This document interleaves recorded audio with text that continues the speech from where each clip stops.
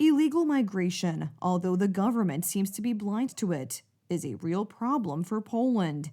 Ordinary citizens recognize this, and today they took to the streets across Poland to protest against the flood of illegal migrants into our country.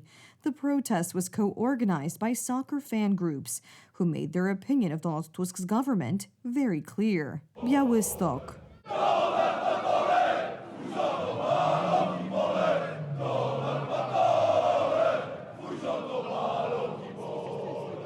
Szczecin. Warsaw. Protests against illegal migration took place in almost 100 Polish cities. The border for mass immigration, especially uncontrolled immigration, must be closed. We currently have a huge number of immigrants in Poland. No one knows exactly how many, because the Polish state does not keep a single register. There is no proper supervision of who is staying in Poland. Poles are not fooled by government propaganda and recognize both the hybrid attack on our eastern border and the smuggling of migrants from the west. We were at the western border in Zgorzelec and saw how it all usually happens. Our people take them from the Germans, from German police officers. Our border guards take them and transport them deep into Poland. That is why they are now expressing their strong opposition.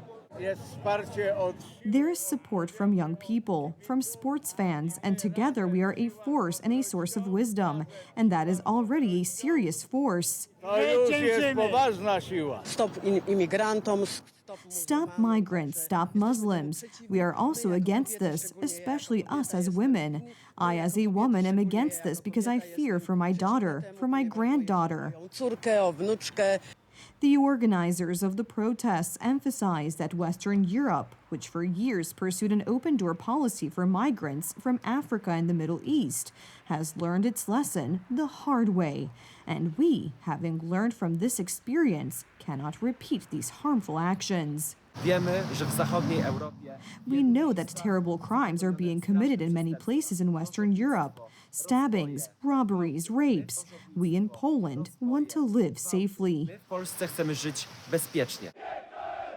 The driving force behind the protests was the soccer fan movement. In defense of Poland's security, fans of clubs that normally fight each other stood shoulder to shoulder. Because we may not like each other, we may differ. But when it comes to matters of the country, matters of Poland, soccer fans speak with one voice. However, there were some incidents. Extremely left-wing militias appeared in Warsaw and tried to disrupt the peaceful demonstration. Among the left-wing activists was Katarzyna Augustynek, known as Grandma Kasia, who did what she always does, which is cause trouble.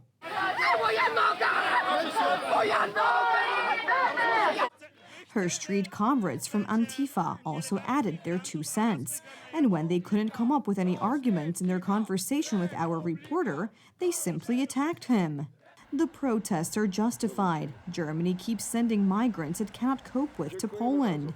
This week, public attention was drawn to a certain gentleman, dressed in a distinctive manner, who kept trying to enter our country, but failed each time due to the effectiveness of the border defense movement. If there are photos from a few days ago from the border town on the other side, in this particular area, of this particular man, or a man who is dressed the same way and everything points to it, if he is being pushed to the Polish side, then how are we to interpret this?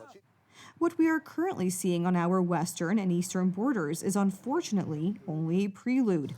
In the European Union, a migration pact will come into force in mid-2026, forcing member states to accept illegal migrants or pay for not accepting them. It is clear that everything is just a lead-up to the Migration Pact, when the European Union and the European Commission will take over responsibility for it, and then it will be done by completely different hands. Someone else will be the face of it.